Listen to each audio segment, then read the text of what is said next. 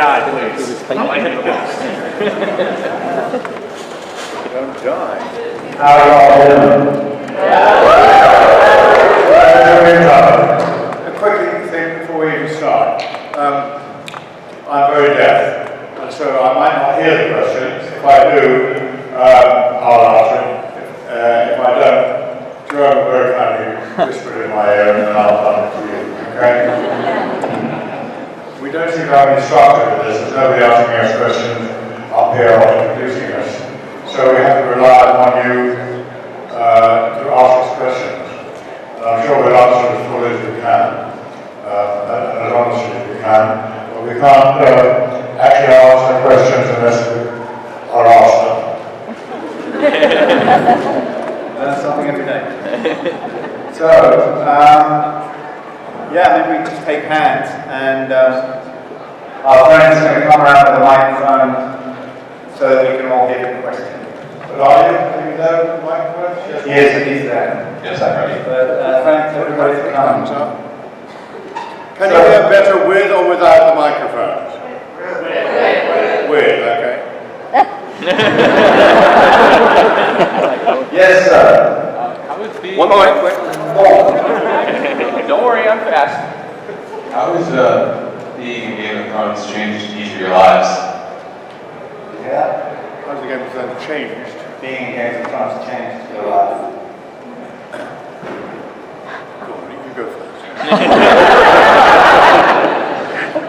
Well, oh my lord, it's difficult to say because it's been 7 years now. I mean, I never thought 7 years ago I would be doing something like this, coming and talking to Sean and to an audience about Sean with Jerome. Well, it's kind of unthinkable to, because also 7-10 years ago, the one, television was just starting to kind of hit a revolution, and Game of Thrones has been a large part of that. So we didn't imagine that television could become so kind of globally popular, especially for English actors. You kind of needed to get in a film to get known over here.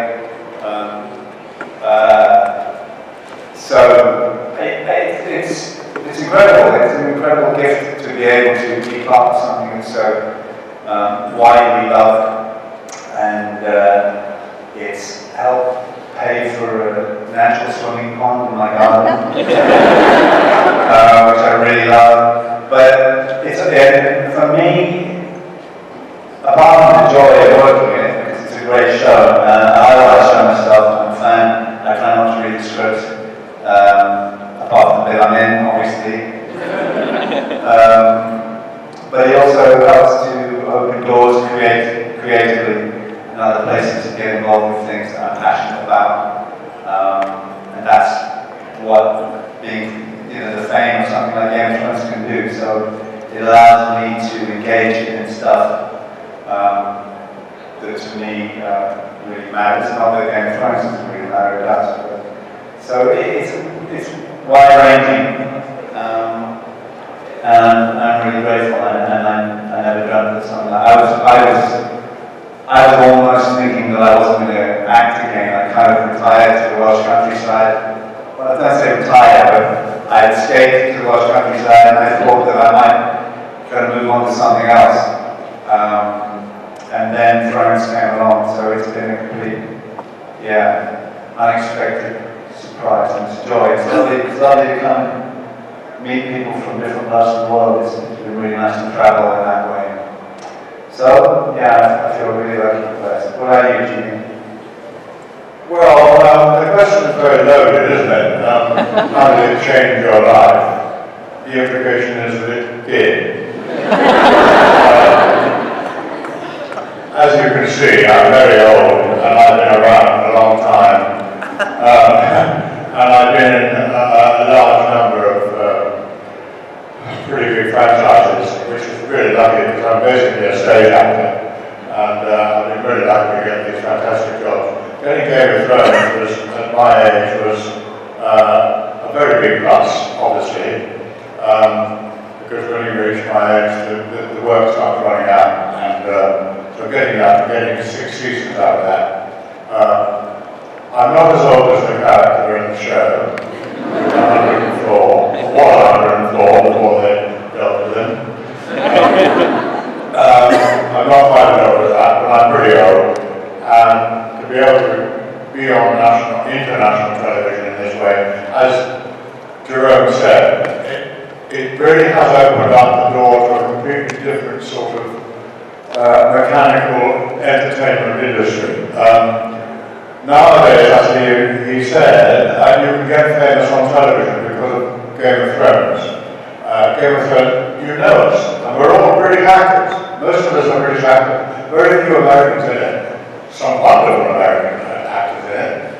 Notably Peter Dinklage, who is one of the greatest actors I've ever worked with. I'm sure you agree with that, Jerome. But for British actors to get that sort of exposure is really unusual. And I hope it's going to open lots more doors for Jerome. I'm sure it has. For me, frankly, it hasn't. Those doors that were going to be open, are still open. Those doors that were closing when I was 75 are still closing. However, it does mean that I have a bit of additional clout when I come to occasions like this. Because I'm not only interested in Star Wars and James Bond pictures and Harry Potter and all that, you're really interested in Game of Thrones. So it does do me some good. However, I have to say about that, please come and buy our pictures. What are we doing here? Well, I thank you for the question anyway.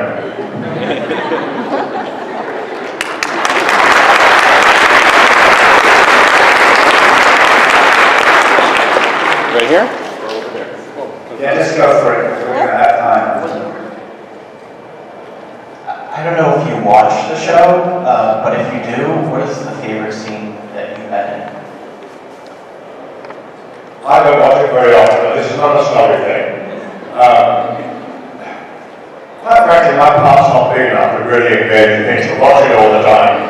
But I do, I have watched it, and I watched, so when I saw the very first episode, with the scripters, we had the showing for the crew showing the very first one. No. It was in London, and my wife came with me, and after the first, you remember at the very beginning of the wall, and coming in at the bottom of the wall, there's little tiny little figures at the bottom of the wall of snow, and we turned it around and said, this is going to be fantastic. And it is fantastic.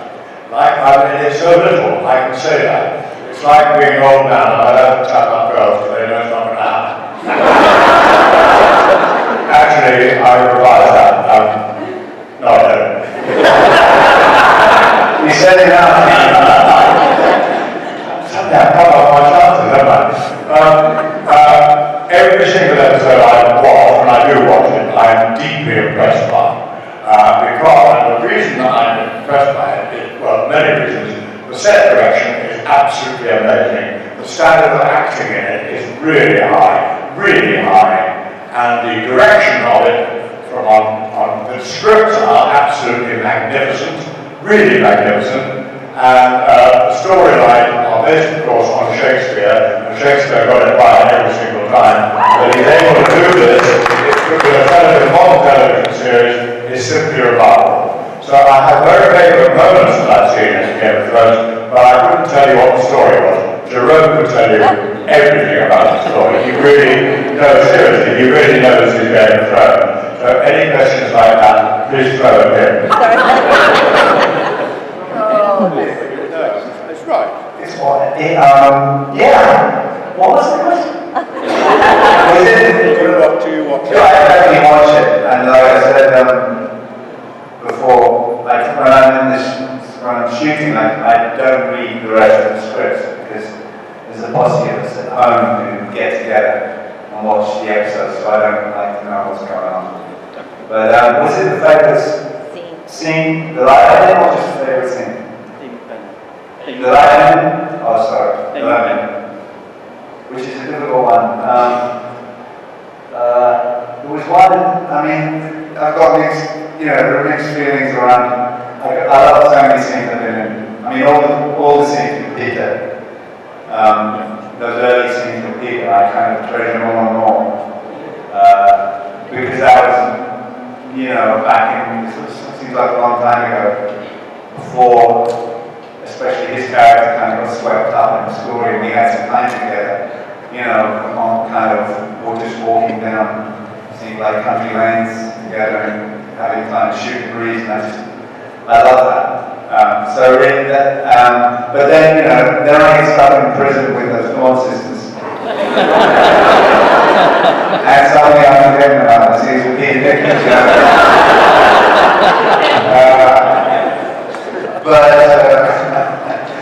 no, seriously, I'm being serious. Yeah, so I don't have a favorite scene, but I'd have to say just my time with Peter, just because of the way it was written and because he's great to hang out with. As you think about it, but the dynamics are different. I think the dynamic between Bronn and Julian was something really special. So yeah, I'd have to pick one of those scenes. I have some scenes in it. One is an obvious one, which you'll all remember for all sorts of different reasons. I admired it not just because of the gore, which was extraordinary, but for the organisation of the scene. That's absolutely typical of the fantastic organisation of Game of Thrones was the Red Wedding. It is an extraordinary conception of the to start with. The fact that you actually saw every single thing that was happening in that scene, and there were 24 different things happening in that scene, and you were able to see them and to concentrate on them because it was of the skill of how they filmed it, how they organised it, was an absolute triumph of filmmaking, I thought. Satisfactory, a tiny little scene in the first series when Joffrey is standing on the edge of the parapet and his sister comes up, no, not his sister, what's her name? Cersei. Yeah, no, not Cersei. The girl who married, yeah. Comes up behind and is just about to push him over. Remember that? And we're all going, yes. And the hand comes down on her shoulder and pulls her back. Now, what you didn't realise then, well, I didn't realise when I saw it, because we didn't read the script ahead, was that that was a taster. We went on longing for him to go for four series, took to get rid of Joffrey, where we kept on knowing it could happen, but it didn't happen then. And so it made us more and more wanting to go.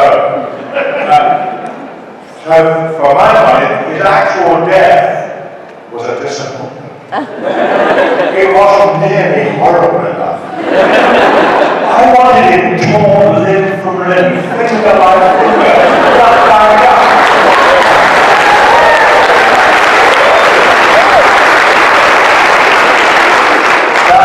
But that having been said, as Jerome will agree, the actor playing him, you probably all know this already, it was in the papers, is one of the nicest people we've ever met in our life.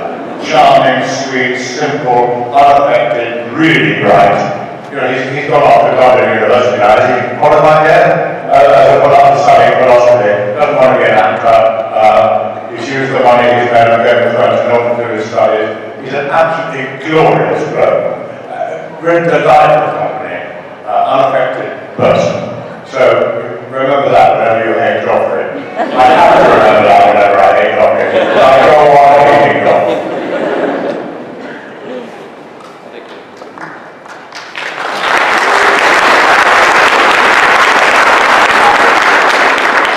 My question is, as actors, what choices have you made for your characters that you are most proud of, and where did you draw the inspiration?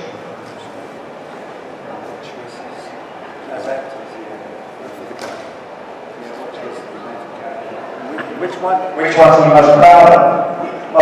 Which artistic choices did you make for your characters that you're most proud of, and where did you draw the inspiration from? Jerome just went on and was lovely. That's a good friend. Which choices did I make that I'm most proud of? Artistic choices. Oh my lord.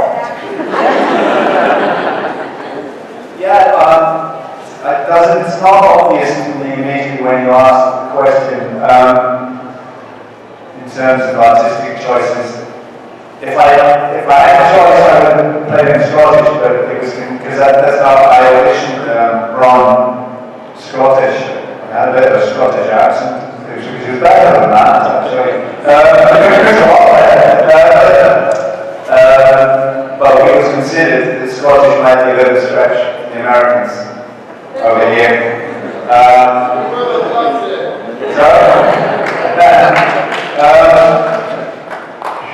But I tend to, okay, so several of my best mates, northern and very funny, and I've got a kind of dry northern sense of humour, which went well with Bronze. And I think that's actually probably what helped me get it, because I was used to hanging and spending time with those guys. I was used to that type of wit, so it came quite naturally to me. So I chose to go with that, but that was there in the character. So it's a tricky one, that, because I didn't sit down and think, okay, what choices am I going to make here? And as Julian said, I think it's the characters are so well written. It's like when Shakespeare writes, and there's something Shakespearean here in the characters, that you'll find that just starts coming through you, through the writing, and just through focusing. So I had to sit down and make, well, I didn't with Bronn, because I felt him kind of adapt to me if something happened just before I auditioned, which clicked. Sometimes, you go for you get a script, and you're going to put yourself on tape, or go and meet a casting director, and you're like, it's not clicking, it's not feeling good. And something happened with Bronn for me. A couple of just the night before. Actually, I'd gone down to London, and I was staying at my brother's place, and I had a script. I was feeling I hadn't been up for anything for years. I kind of just said to my agent, I don't want to know about it yet for a while. And I opened my brother's kitchen cabinet and opened onto my eye. Because I wasn't used to the size of his cabinets. It's fun for it. And I had a black eye, this big eye. And I looked in the mirror, and the eye had swollen up, and I started to feel like I could be a killer. And I swear to God, that made me feel confident enough. I put my hand back, and I thought, yeah, you can do this, you can be badass. But so that wasn't really a choice, it was just something that happened in the process of getting ready. Yeah, but look at the face. When I cast him in anything, he's got a fantastic face. Amazing face. I can answer this question if you've got a few minutes. Because actually it is very relevant. The question is very relevant to me. I've been working on it for about 3 weeks, I suppose. Beginning, sitting around that table, making the odd stupid remark, not remembering people's names, being in general, I thought, a real bore. And I thought, I can't stand this. I'm used to it. Anyway, so I went to the writers and said, I'm sorry, I'm not at all happy with just sitting around a table being a bore. I must have something else. Just write me something else. And they said, I see what you mean. Now this is true. That night I had a dream, in which I dreamt that my character was 2 people. That he was pretending to be an old fart. In fact, he really is an old fart, but he doesn't have to bend over double when he walks and all that stuff. And he's still pretty lively and active and all that. That was my dream. 2 days later, I came into work, and they said, we've got this idea for you, Julian. your two characters are pretending to be something and I couldn't believe that happened. And they got it from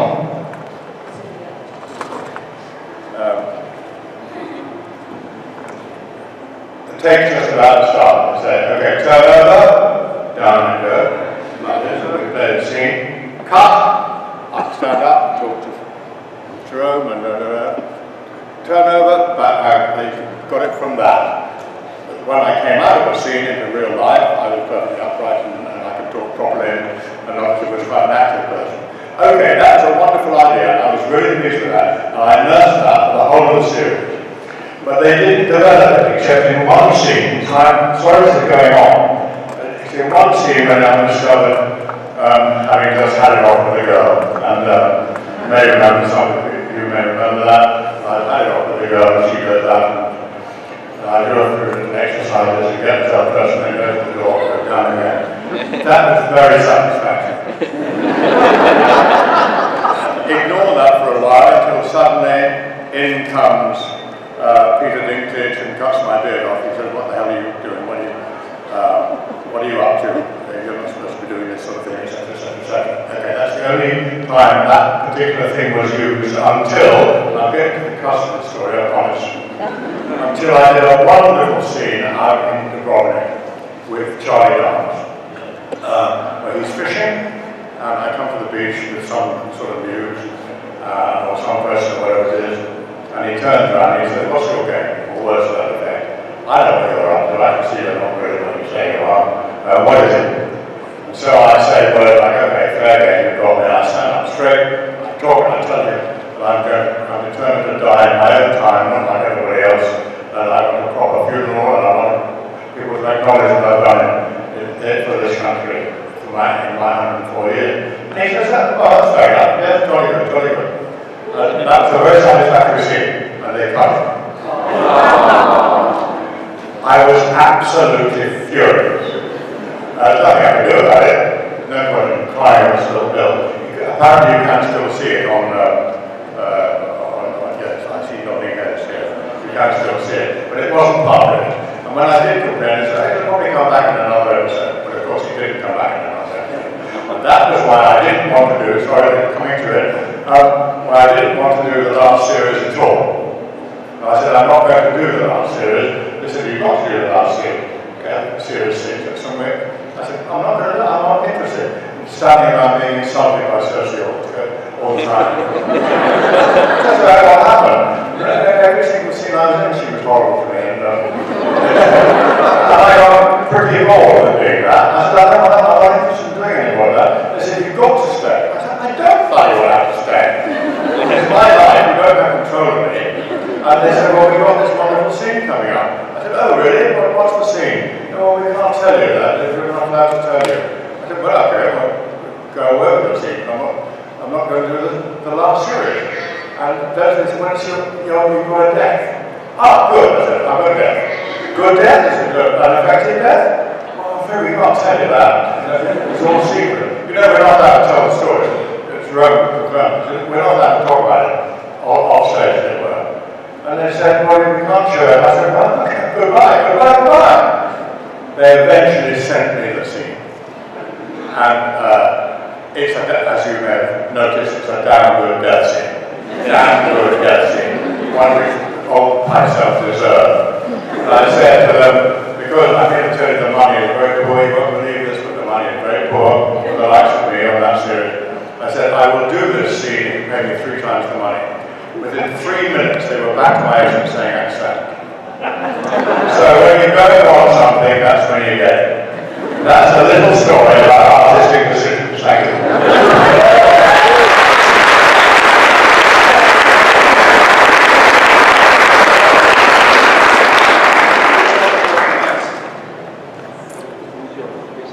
Maybe the lady over there in the corner.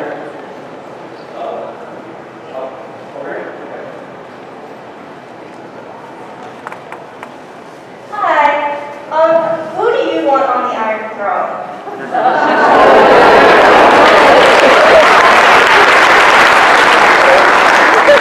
We don't need anyone on the Iron Throne. Oh, no question.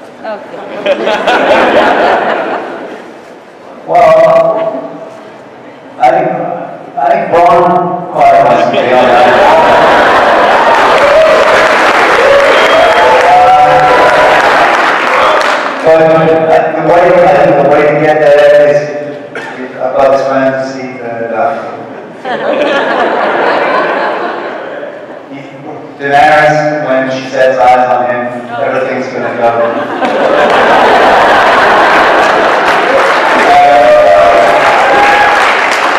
Yeah, no, seriously, I think he'd be a good balance for her because she needs a bit of humour in her life. She's a bit too serious. And she's very glamorous, and I think, he'd kind of he'd behave himself for her. She's a good enough woman, so I think the two together would be a good. But who do I seriously want? I think Julian out there somewhere. Julian, I think Aria was one a bit wild. Aria was my girl. She's who I thought was good. But she's gotten hold of something that I think might be hard to come back to a stable center. So, maybe Julian coming back home and doing a good job of it.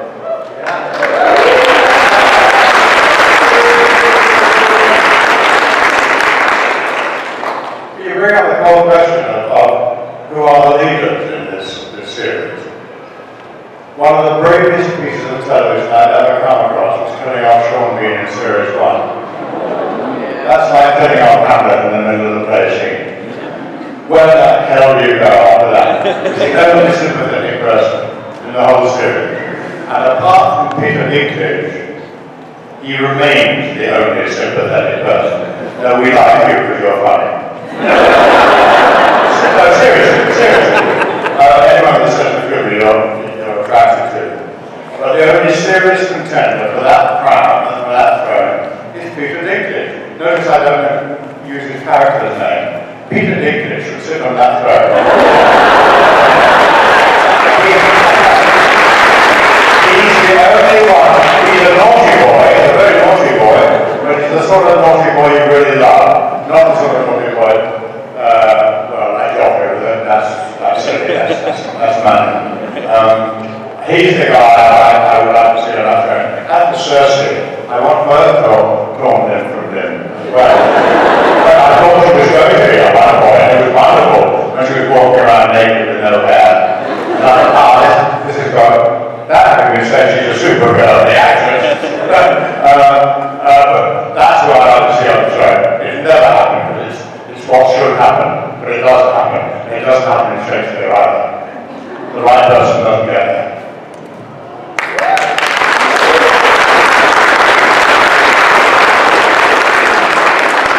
I think Jon Snow would do pretty good as well. Jon Snow, yes. He's the most sympathetic out of Yes. I mean, the character is. Yeah. I don't know the actor at all. He's a good man too.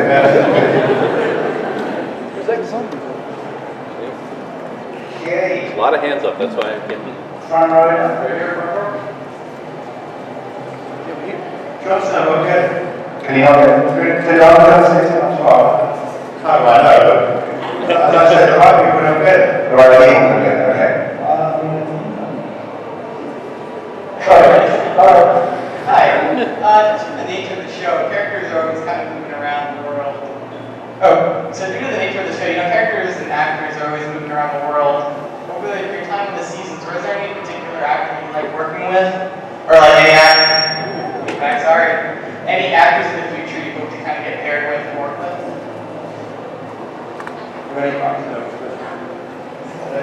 Any particular actors you like working with most or any in our lives?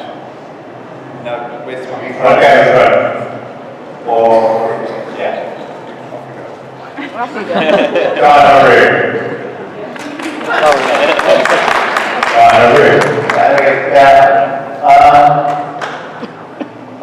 Like I said, I mean, all the guys, Bronn hasn't had that many people to work with. I've enjoyed that. I've enjoyed all of my experiences. But something about, for me, the scenes I had with Peter Dinklage, with Tyrion, so that kind of, it was kind of a golden few years for me to be working on that with him, in that relationship and the way it was written. And I also had a really good time with Nikolai, so I'm really lucky in terms of who I'd like to work with. Well, like I say, I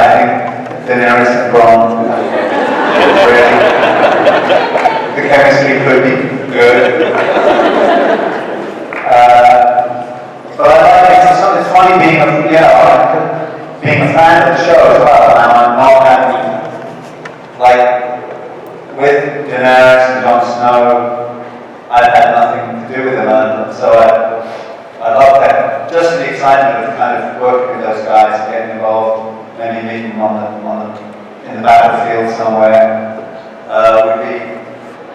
would be exciting. But yeah, that's the best I can do with that one.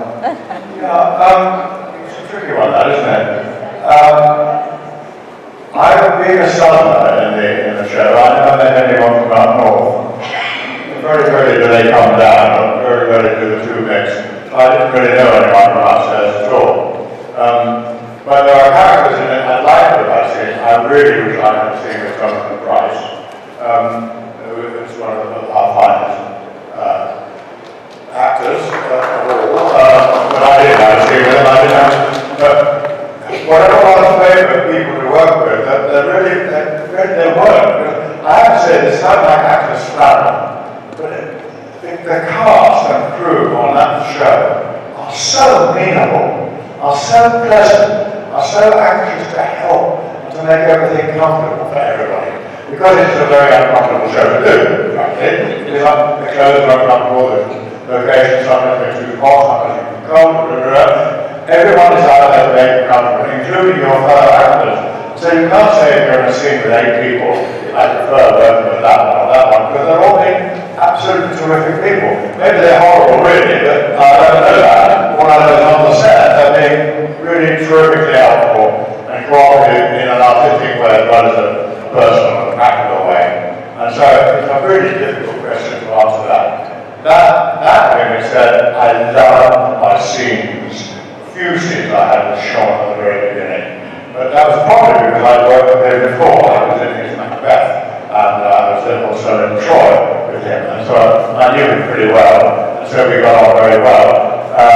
Now, certainly, if you know someone from beforehand, you sort of fall into their lap because you're so grateful that someone you can associate with in your mind. So it's a tricky question, but just know that despite everything, it is, and I'm sure continuing to be, Jerome, you're confirmed as a really happy shoot.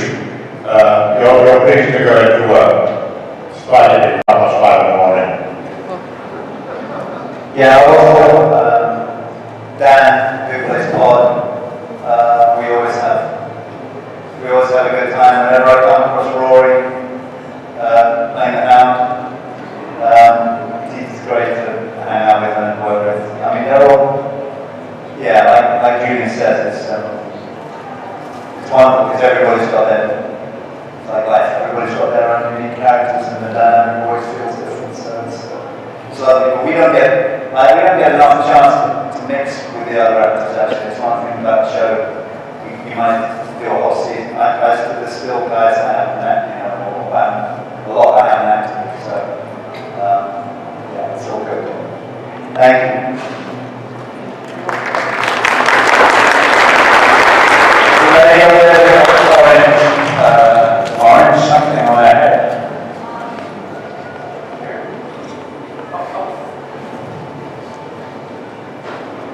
So there's one plot hole that's always been bugging me, maybe you guys can solve it. Whatever happened to Gentry? Like last we saw him, he was out to sea and... Gentry? Gentry. Yeah, he rode out to the sea, he was one of... Yeah, I have no idea. I have no idea what happened. Do you have any idea what happened to Jeremy? No. So, Jeremy Lannister?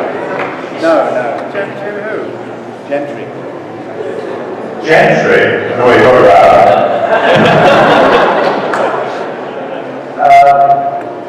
Sarah. Okay. Is there any character that you've ever played that you felt most in common with? And in Game of Thrones, what have you felt in common with your characters?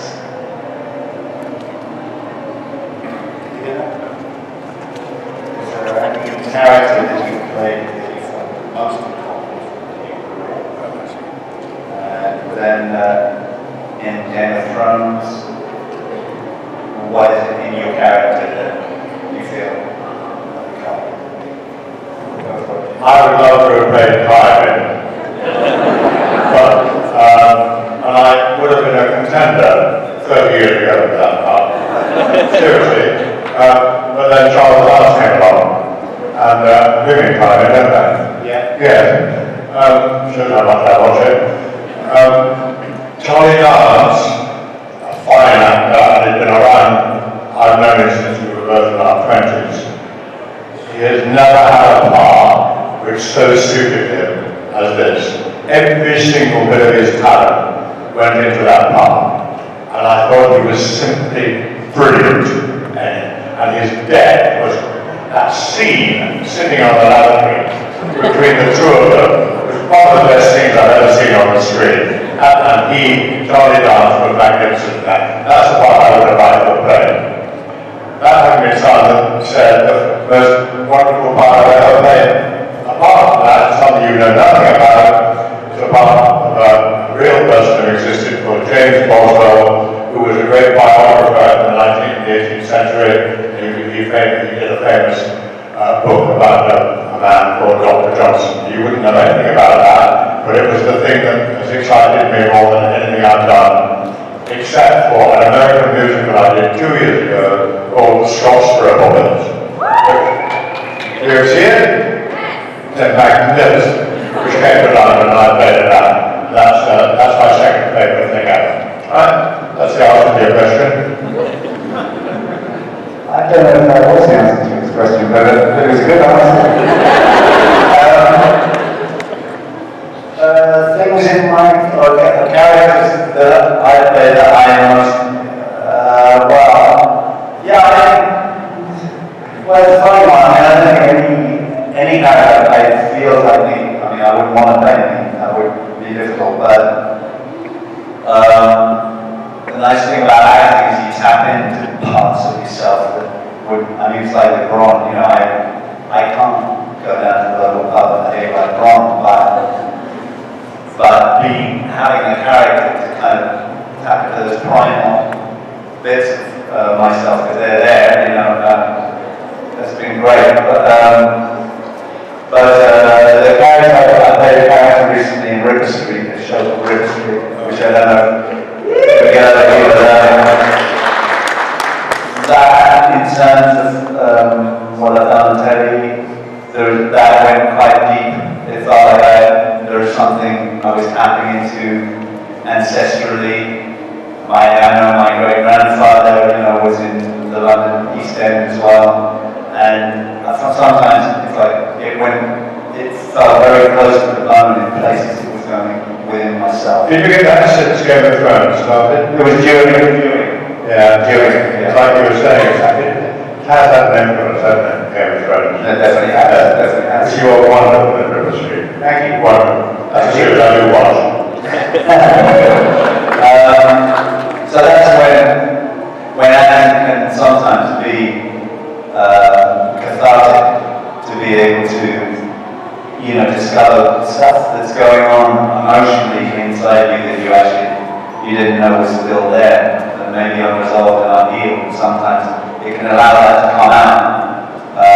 That happened in River Street for sure.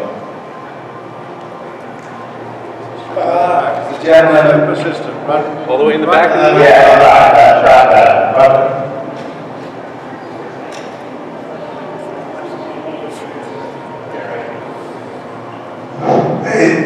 Fight scenes are intense in Game of Thrones. You have a lot of fight scenes. How taxing is that for you? How long is the fight scene? And do you have any that you kind of have a close call with? Yeah, really, they are taxing and they're a lot of work. Obviously, because you've got to be safe. But it's what I find it really. You know, because Bronn doesn't have that much to do, and he doesn't necessarily say much, but he does quite a lot with his hands, so it's lovely to have that time to work on the fight, and it's like learning a dance. But yeah, there's been a couple of close calls to have. The one where I fought for Tyrion, the Erie, was much closer than I thought it was going to be. And things changed once we got rehearsing it in a gym, with mats, with shoes with grips, and suddenly I had character shoes on, which had no grip, and was candles burning all over the place, and the wax was like an ice skating rink. And we had that, obviously it didn't drop down from the sky, but there was a drop there. And I won't get into too much detail, but I was glad to come out of that day.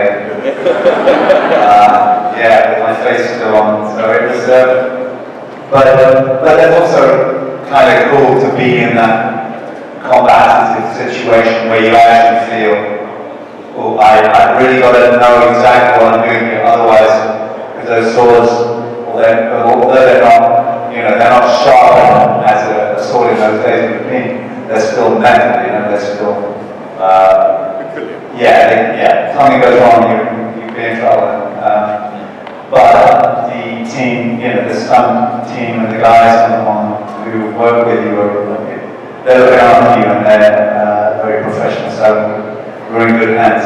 But it's nice to have that bit of edge. How long is the training? Well, you might start maybe 2 months before the actual fight. I'd say if it's a big fight like that, that was the first thing I did. Yeah, so maybe 6-8 weeks beforehand. Thanks.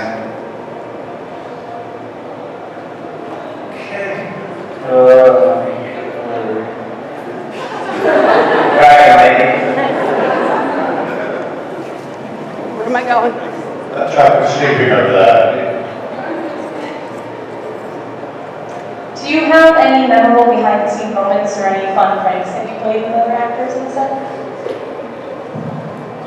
Any memorable behind-the-scenes moments or fun pranks? In this show. In this show? No.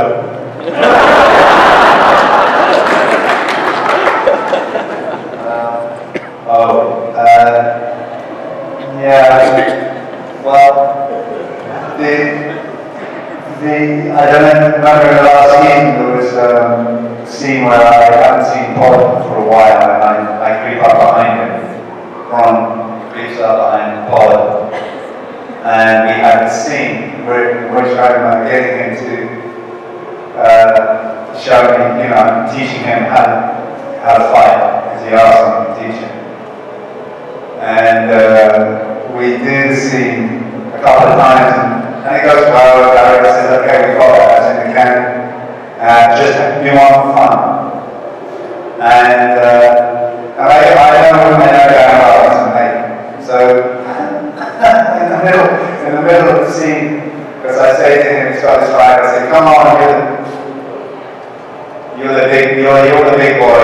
Because I'm intimating that he must have slept with.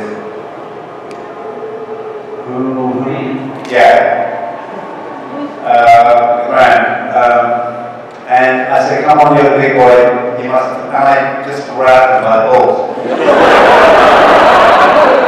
I surprised myself. Glad you did. And I kept that day, you should see the look on his face. Just go back, because he's like, did you really do that? But that was what Bronn would have done. I was just challenging Bronn, so.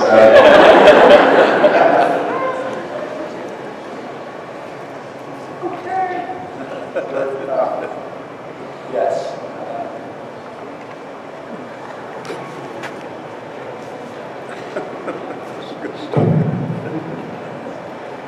What do you think the biggest fault or the biggest thing missing from Game of Thrones is? biggest fault. Yeah. I'm not in it anymore. I don't know, it's serious. It's not something I think about. I don't have a serious answer to that. You really have to dig deep, would you, to find out faults. I don't think it's got faults. Faults that are worth talking about, worth thinking about. There'll be little niggles, something might happen, somebody didn't bring you a cup of tea at the right time. But apart from that, in the series itself, I don't think you can. But it's not really paper. Have you got some big faults? No? From my point of view, I really enjoy it, so I don't know if from your point of view there's something that you feel is missing. No. I mean, I'm just amazed at what they managed to do, so, yeah. Thank you. Yes, sir.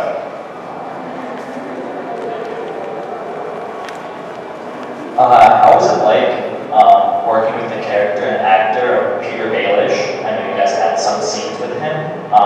Maybe interacting with him behind the scenes, just overall. He plays Littlefinger. That's his name. Did you get that? What?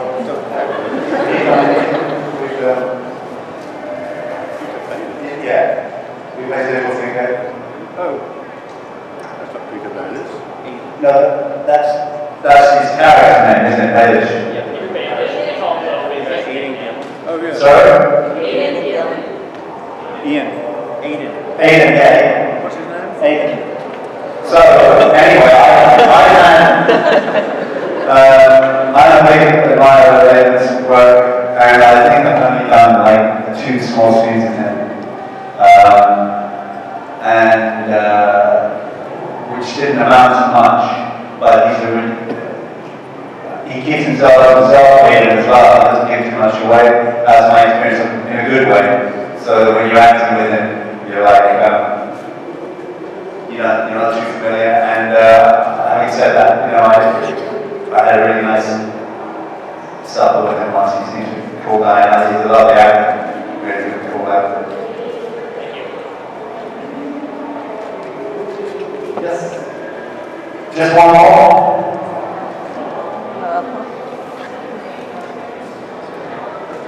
Some big thing going on here. Sorry.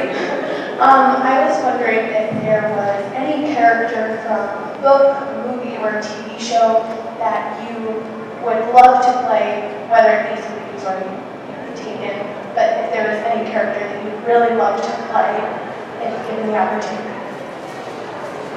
Don't care if you really love to play book or anything. In anything. Yeah. I'm sorry, my answers are totally perfect. I've done most of the leading characters in Shakespeare. I was with the Royal Shakespeare Company for about 16 years on and off at the National Theatre. But what I didn't ever play was Coriolanus, and I wanted to play Coriolanus. I'm now much too old. A wonderful Coriolanus with that ghastly bloke, Charlie Dance. I couldn't bear it when he played it, he was so good. That's the character I want to play. I've never wanted to play Hamlet, but I've never been I've never been anywhere near the complexities of Hamlet. Well, the complexities may be, but the character would be interesting in that. My favourite part of Shakespeare so far has been Henry IV, the Henry IV plays, and Cassius in Julius Caesar, so there you go, there's a favourite part. So.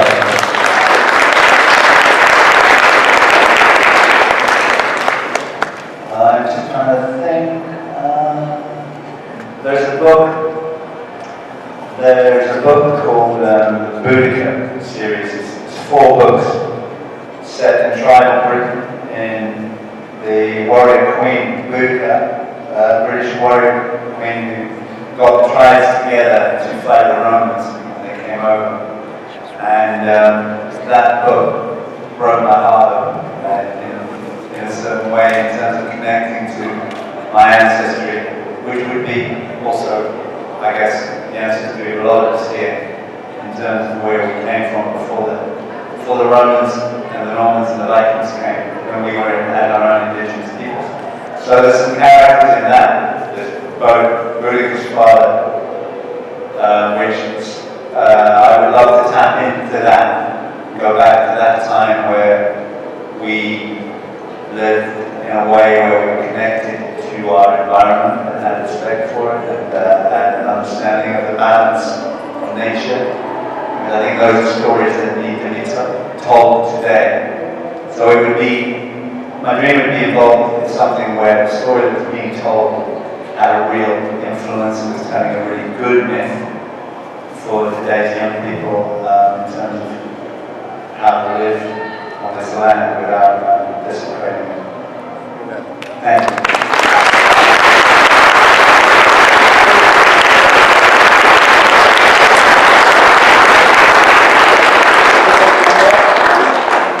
Oh, we've got another 2 minutes.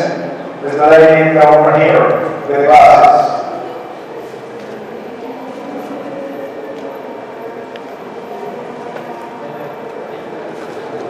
Sorry for making you run around. I assume you can't stay here longer. It's fun. You can't stay here longer, can you? Okay. We've got to get back. I was just curious if you or anyone on the set has gotten any insider information as to when the next book is coming out? And if so, what? Any inside information on when the next book is coming out? No one has any idea, especially the author.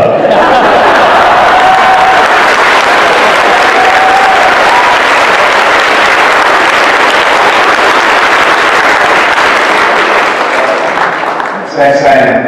The guy's under a lot of pressure, and it's probably the most one of the awaited books, so he's probably feeling under a lot of pressure. He used to come to Comic Cons and stuff, but he's been ordered by some people not to do that in order to finish the book. So, hopefully soon. Should we take them? Let's keep going until the chapter's out. Yeah. I have a question about the knife that Bronn carries. I guess it's an Indian kukri. I just wondered, it's just kind of an interesting choice that he carries that. I wondered how that came about. It's an Indian kukri? Kukri. Is it? I don't think he knows that. I don't know anything about it except I know it's fun. No, I don't know anything about that tonight. Sorry.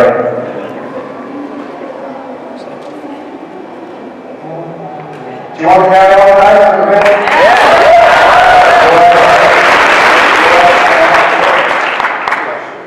10 minutes. Okay, we've got 10 minutes. Cool. Sorry. I was actually wondering, for both of you actually, which were the most difficult scenes for you guys to actually film? Like, what difficulties did you run into during those? Ever. The most difficult scenes ever. In the show. In the show, yeah. Well, I didn't have any difficult physical scenes to do. I'm very nature of my character. He didn't show up a lot of physicality.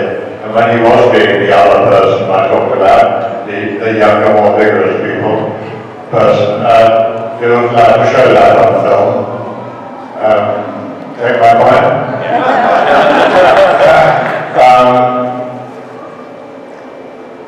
It was very, very uncomfortable, my posture, if you want to know, if you're interested. Terribly uncomfortable. That thing I had around my neck, which looks like, it's a thing around my neck, was horribly heavy, and so much so that I had to wear a wrestler's girdle around my waist. It had to be anchored to my back, so that it didn't pull my head forward. That was terribly uncomfortable, and the clothes themselves were really thick. And when filming in Malta and Dubrovnik, the hot countries, it was torment. And the beard drove me completely insane. And I worn lots of beards during my career. Some of them in my own, and a lot of them in stuck on. That was the most uncomfortable, but I know it looked fantastic. Actors are so vain, they'll put up with anything if they look right. That's the answer.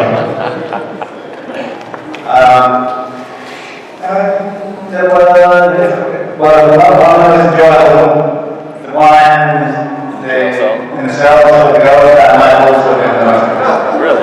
Why is that? I don't know. So no, I'm not being serious. But You had a lot of physical work though to do it. I did. So, Chad, that might have been probably the most challenging physically was actually the fight in Dawn.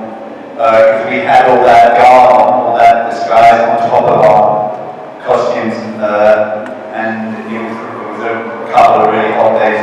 That was actually the most physically challenging. And then sometimes I can get myself in a tangle with continuity. It was a scene I had with Jamie when we were on the boat together going to Dawn. And I know it sounds simple, but I had to go sharpening a knife, and then I had to throw it into somewhere and get up and go and get something. And once you've done it once, you kind of stuck doing it that way, and you have to do everything at the same time. And I started getting in a mess, and my line started going, and sometimes you get in a bit of a mess, and I got a mess in that one, and it took quite a long time to shoot that. But so sometimes self-consciousness and panic can make things difficult. If I'm not, I find some actors get panicky. I can do if I start losing it. So it's like then you've got to breathe deeply and come back to the center. I've got something to tell you which just completely demonstrates how little qualified I am to sit up here. Right. I talked to you about not meeting the North and the South, and my part was sufficiently small. I would come in maybe once every 3 or 4 weeks to do a scene, maybe 2 scenes, and go away for another 4 weeks and do another scene. Okay. In the middle of series 4, I'm sitting in makeup, and there's Charlie Dance, who I know very well, as you know, sitting there, and another chap here. And they're having a lovely conversation with each other. Not being rude to me, they're just having a conversation. And eventually, chap on the right leaves the caravan. And I said, Charlie, who was that? He said, Julian. That's Jamie Lannister. Can I go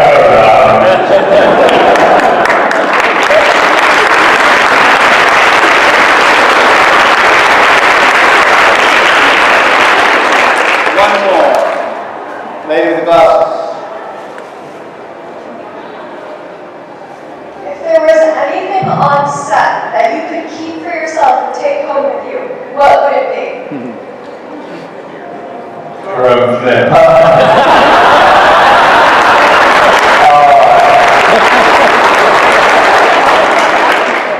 I mean, that's it. No,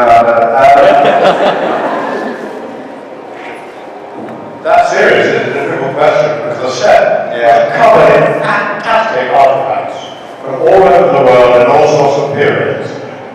Any one of which one would like to put money into one pocket and take it home. That was one of the geniuses of the whole series. Because it's not set in any particular time.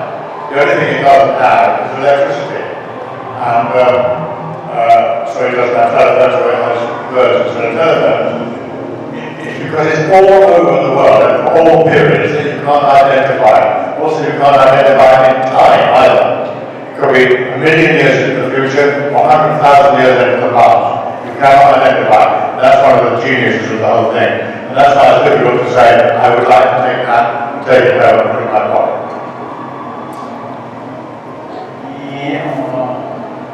I don't know. I've got anything coming to me there. That wolf is cool. The white wolf is cool. I'm an animal lover, so I might take him home as a house pet. But aside from that, and the girls in the prison. I'm going to run off with a story that I'm going to share with you about things on the set that you want to do. Alright, I'm doing Indiana Jones and the Last Crusade. See you then.